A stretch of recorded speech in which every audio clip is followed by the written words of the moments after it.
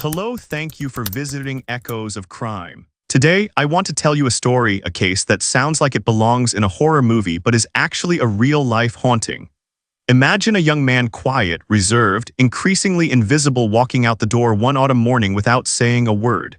His name is Sidney Luth, born on October 3, 1997 in a small town in the Netherlands.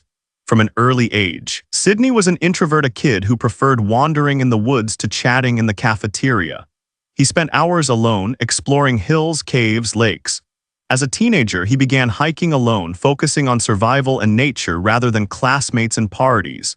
He practiced martial arts, lifted weights, climbed mountains, but kept his inner world private. Sidney created a few social media accounts, more dedicated to showcasing his wild landscapes than his selfies, and quietly joined online survival forums. He dreamed of bigger adventures, even military service. He filmed himself doing obstacle courses, doing one-armed pull-ups, preparing himself mentally and physically. But then he was rejected. Despite being ready, he was rejected for military service after a medical and psychological examination. The shock left him devastated. After that, Sidney retreated. He gave up martial arts. He began disappearing, going into the woods for days at a time, carrying a backpack, sleeping bag, matches, food. By the time he was 18, he barely spoke to anyone, not even his family. He told his mother he felt like an outsider. He wanted a life of isolation, away from judgment, away from society. His parents divorced when he was young. He lived with his father, his siblings, and his mother. Despite their closeness, no one could really understand him. His mother said he sank deeper and deeper into depression, disconnected from reality. The boy who had been so full of hope and plans seemed to disappear into silence. By October 2016, at the age of 19, Sidney had skipped birthdays and holidays to live alone. He returned from the trip and became even more withdrawn, spending 2 weeks on his computer, barely leaving his room. He researched far-flung places. Occasionally, he replied to text messages, briefly direct and to the point. Then, in late October, he disappeared again, this time without returning. He had packed warm clothes, a tarp, a duffel bag, a sleeping bag, survival gear, identification, a phone, a bank card, everything for a long trip into the wilderness. He left no messages or notices. Even this was not unusual for him, although his family was concerned. In his first contacts after his departure, he insisted only that he would be gone for a long time and would not stay in one place. On November 11, 2016, he sent his last text message. "I will not be back for a long time and I will not stay in one place." After that, all contact ceased. His phone was turned off. Messages could not be sent. At first, his parents thought he had gone somewhere to recharge his batteries, but weeks passed without any news. On December 15, 2016, he was officially reported missing under Dutch law. Behind the hard facts was a boy struggling with isolation and identity. Psychologically, being abandoned by the military may have stirred something core. He sought belonging in the wild, thinking that peace awaited in solitude. His survival preparations were not reckless, they were intentional. But these decisions raise questions. Was he seeking a new wilderness tribe, or was he hiding from his inner demons? When investigators finally began looking, they pieced together a quiet itinerary. He had withdrawn cash outside his hometown, traveled about 30 miles toward the German border. He stopped in Groesbeek, then moved to a campsite in Den Over, where he booked a small cabin. Witnesses remember him, polite, quiet, reserved, sad. When asked, he declined, saying he needed time alone. On December 10, he left the cabin on foot. The next day, surveillance cameras showed him buying canned goods and instant noodles at a nearby supermarket, wearing a jacket, sweatpants, and a wool hat, carrying both a backpack and a canvas bag. He paid in cash. The images spread throughout neighboring towns. Later that month, investigators discovered that he had purchased a train ticket to France, destination Alsace, just days before his parents filed a missing persons report.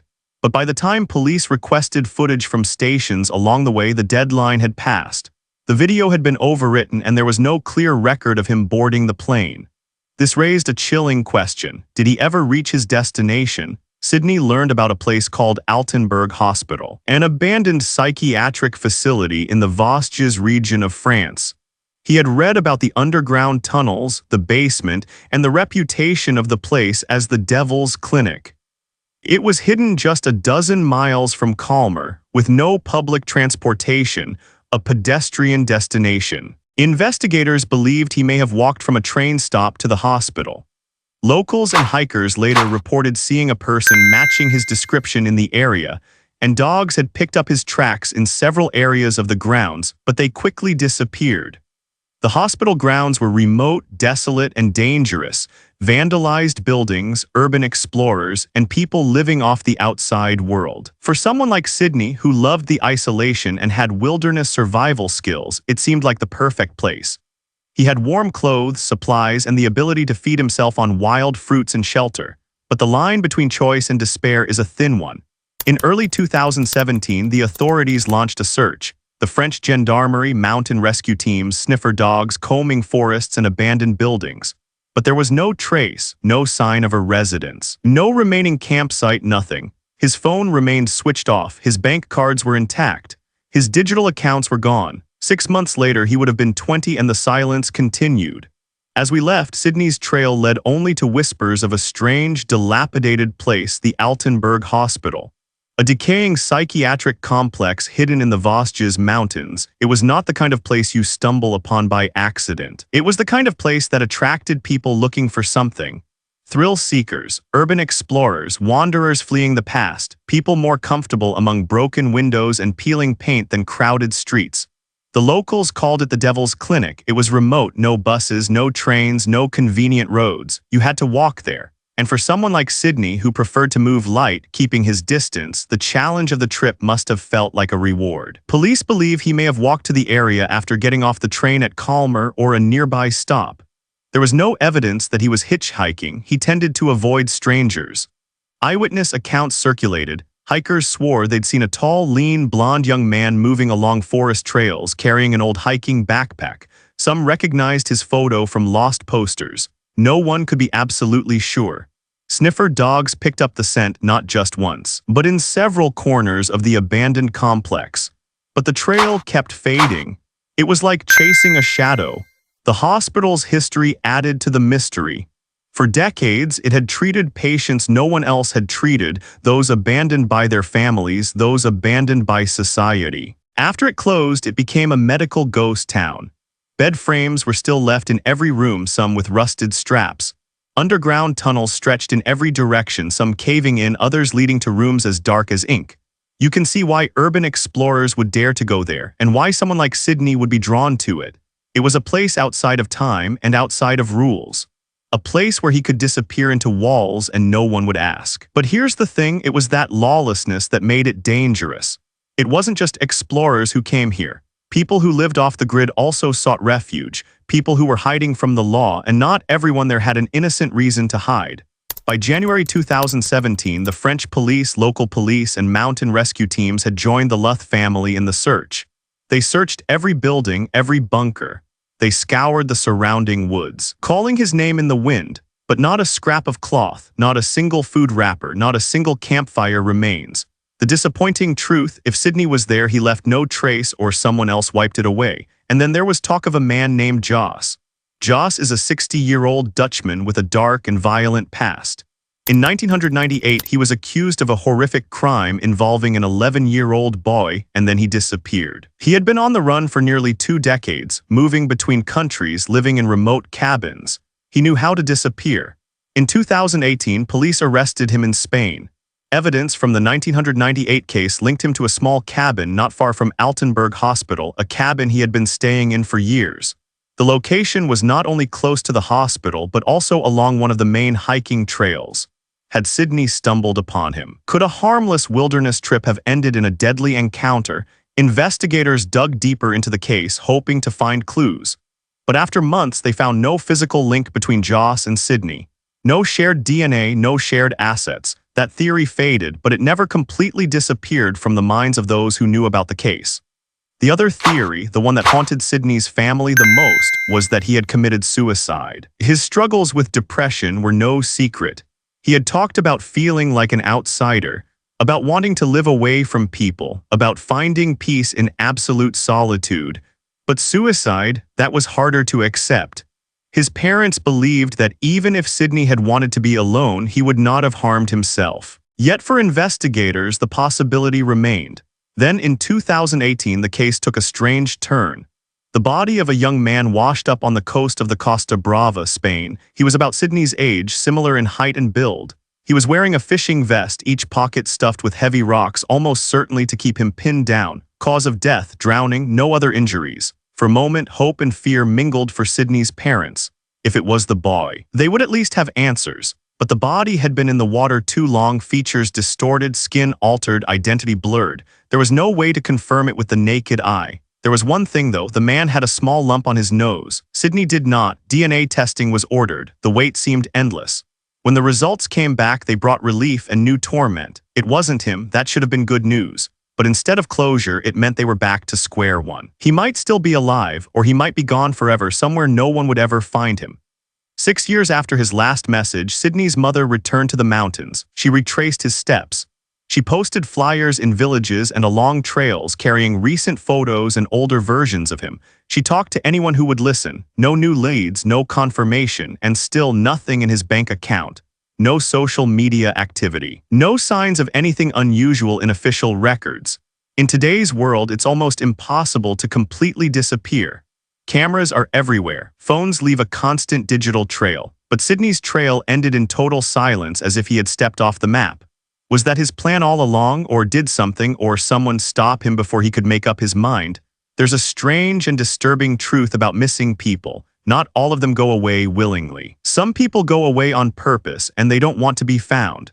In Sydney's case, that question still hangs over every theory. He was a young man who craved solitude, but solitude taken too far can turn into isolation, and isolation can become a prison of your own making. Psychologists call it voluntary disappearance. It's not about running away from the law, debt, or shame. It's about stepping away from the modern world altogether. For some, it's a quest for freedom. For others, it's a way to escape an unbearable mental burden. Sydney had both skills and a mind. He could survive on berries, pine nuts, and roots. He knew how to make a fire without matches, how to find water, how to stay warm. He was not naive about the dangers of the outdoors. And yet, even the most experienced survivalist will tell you that the wilderness is harsh. He probably went into it expecting to survive for months, even years alone. But as the seasons change, living conditions worsen, and food supplies dwindle, nature has a way of stripping your resolve. The parallel to Christopher McCandless is more than poetic, it's more chilling. McCandless too set out into the wilderness with determination and romantic ideas of self-reliance. For months he survived, but when the river rose and drowned him, reality set in. Hunger set in. He weighed just 66 pounds when he was found. Sydney admired the story, but admiration can overshadow the bitter lessons. McCandless didn't intend to die, he was forced to. Could Sydney suffer the same fate? Search parties scoured the forests and mountains around Altenburg. If he had died there, one would expect to find something, a campsite, a coat, a boot, even years later. But they found nothing, not a single item, which left two possibilities. Either he had left the area, moving so stealthily that no one had seen him, or something had happened to his body and belongings that all traces had been erased. Then there was the moral question. What do you do if the person you're looking for doesn't want to be found? Families in these situations live in a constant tug-of-war between hope and guilt. On the one hand, they want to respect the missing person's choice. On the other, they can't stop looking. Sydney's mother has said she will never stop looking for her son, not because she doesn't believe he's gone, but because part of her believes he's alive somewhere, and choosing the life he's always talked about. But even if that were true, why hadn't he sent a sign, a postcard, a short message, anything? The longer the disappearance dragged on, the more conflicting the theories became. Some believed Sydney had died soon after arriving in the mountains, perhaps by accident, perhaps by hypothermia, perhaps by choice. Others believed he had adapted, survived, and blended into Europe's hermit population, invisible vagabonds who wandered through cities and towns without identification, exchanging bottles for money, doing menial labor, sleeping in abandoned buildings. There had been sightings. A man resembling Sydney in Germany, another in Belgium, another in France. Each time family or police had followed, but each led nowhere. And yet, in Europe's homeless communities, there are people who have lived in hiding for decades. No social security, no bank accounts, no official addresses. They exist in the gaps of society. If Sydney wanted that kind of life, it wouldn't be impossible. But there's another haunting possibility. He's never left the hospital. abandoned places like Altenburg are dangerous in ways outsiders don't expect. Crumbling floors, underground vaults, collapsed tunnels. One wrong step and you're in a place that no one will find for years. If Sydney ended up in such a place, in a part of the building that no one dares to search, then maybe his remains are still there, waiting in the darkness. The thought makes his family shudder. But they also know it's one of the few explanations that fits the total absence of evidence. Cases like these force us to confront an uncomfortable truth. Closure isn't always possible. In murder cases, there's at least a body, a timeline, a suspect. In accidents, there are clues to piece together. But when someone suddenly disappears, you're left with a void you fill with your own fears. Will Sydney find what he's looking for out there, the peace and quiet he craves? Or will he find that hiding from the world can't protect him from the storms inside his own mind? 6 years later, Sydney's mother still walks the same trails in the woods, still posts her son's picture on bulletin boards in mountain villages. Every trip, every flyer is a plea. If you see him, tell him we're still here. Because until someone proves otherwise, she must believe that he might one day return to those woods. When someone you love is gone, time seems to change shape. Days drag endlessly as you wait for news. Years can collapse into a blur of false leads and unanswered questions. For Sydney Luth's family, that's been their life since November 2016. The case sits in a haunting space where hope and grief overlap. There was no funeral, no headstone, no definitive goodbye. There was only a tenacious thread of faith that somewhere he was still alive and that he might one day return. But that faith is fragile. Every year that passes tests it. Every birthday he misses leaves another mark on the timeline of absence. What makes Sydney's disappearance so poignant is that it didn't happen in a moment of chaos. No car accident, no violent attack on a busy street. His disappearance was slow, deliberate. The clues point to a young man who was abandoning his old life with quiet, almost methodical determination. The belongings he took were practical. The ticket to France was intentional. His fascination with abandoned hospitals was documented in his searches. Even his final message, "I won't be back for a long time and I won't be staying anywhere," had an eerie calm, as if he were telling the world not to look. And yet, people still looked. Search teams trudged through the mountains. Flyers were distributed throughout the villages. Dogs circled Altenburg Hospital, picking up his tracks before losing them. His mother traced possible routes, chatting with strangers, pressing his picture into their hands. All efforts were futile. The silence that hung over the case was not just a lack of new information, it was the completeness of it. No bank transactions, no passport scans, no phone calls, no logins to the survival forums where he had posted. It was as if someone had pressed the delete button on his online presence. In today's world, that's almost impossible unless it was intentional. This is where the moral question becomes inevitable. If Sydney had chosen this, if he wanted to disappear, would anyone try to bring him back? There are no easy answers. On the one hand, he was an adult, free to live his life as he wished. On the other hand, the people who loved him deserved to know he was safe. That's the cruel paradox of voluntary disappearance. Your privacy becomes someone else's lifelong concern. And there's a larger question lurking in Sydney's story. Why do some of us feel the need to completely cut ourselves off from the world? In Sydney's case, perhaps it was the profound isolation he felt even when surrounded by people. His rejection by the military may have been the final crack in the fabric of his identity. Combined with the romantic vision of a life of isolation, inspired by figures like Christopher McCandless, it's not hard to see how disappearing can start to feel like a solution. But here's the truth most survivalists won't tell you. Solitude doesn't erase inner pain. The wilderness doesn't heal inner wounds. And the deeper you go into the woods, the farther you are from those who can help you carry that burden. Whether Sydney found what he was looking for out there, we'll probably never know. If he did, he's probably out there somewhere, hidden in some remote corner of Europe, living off the land, content in his silence. Or perhaps his journey ended on the very mountain he came from, a fate hidden in the dense woods and deserted corridors of the Devil's Clinic. The only certainty is that the questions won't stop. Not with his mother. Not with his family. Not to anyone who has followed his story and felt the thrill of realization.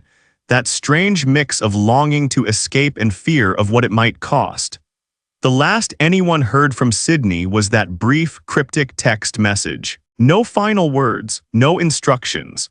Just the outline of a plan, disappear for long periods of time, never to be in the same place again. And perhaps that's the cruelest part of it all. He left his family with words that felt like a beginning but could have been the end. In the end, Sydney's story is more than a disappearance.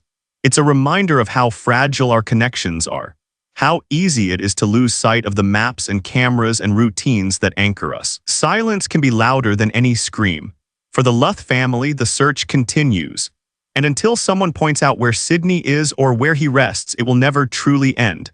Because as long as there are no bodies, no evidence, no undeniable truth, there is always a glimmer of hope. Someday, somewhere, they will turn a corner and see him standing there.